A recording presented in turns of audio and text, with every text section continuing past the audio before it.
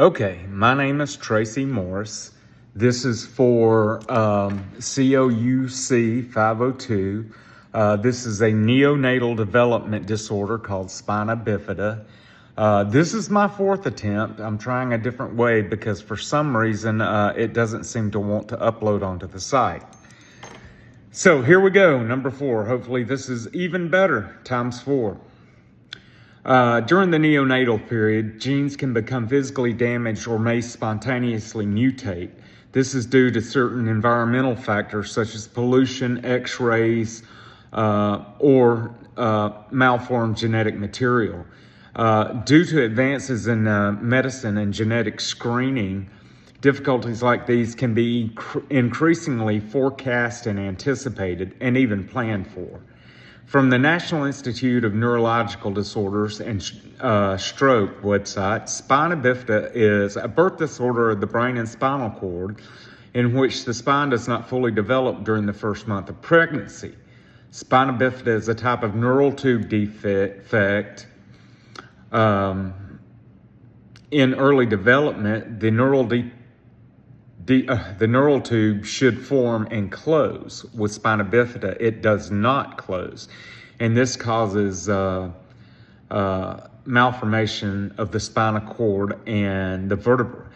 If left exposed, because of this disorder, it can affect mobility, intellectual development, and of course, special needs for the child. For children, the condition means early diagnosis, corrective surgeries, sooner even after birth, even prenatally, long-term follow-up, possibly limitations in mobility or independence.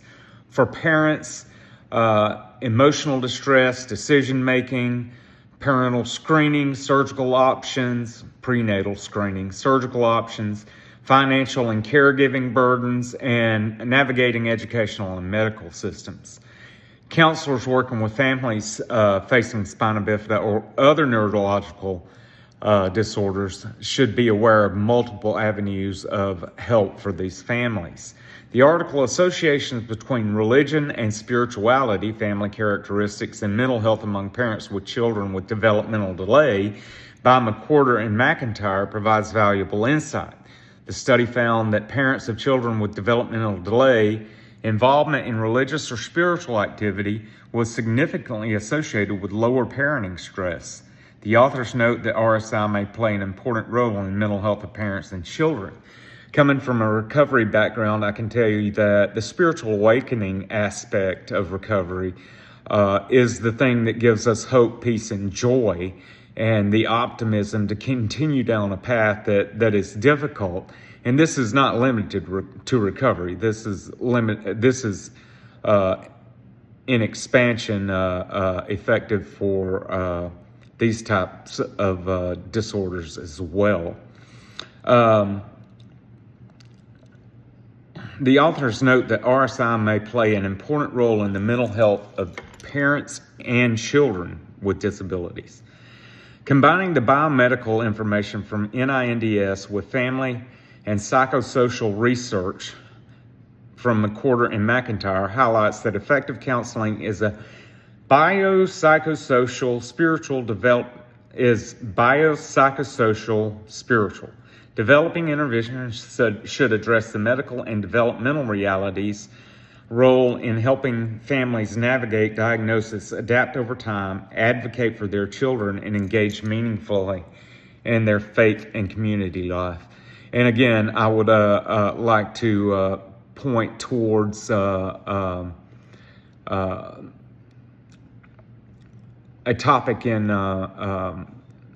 recovery where they say that it's universally known that God doesn't make mistakes.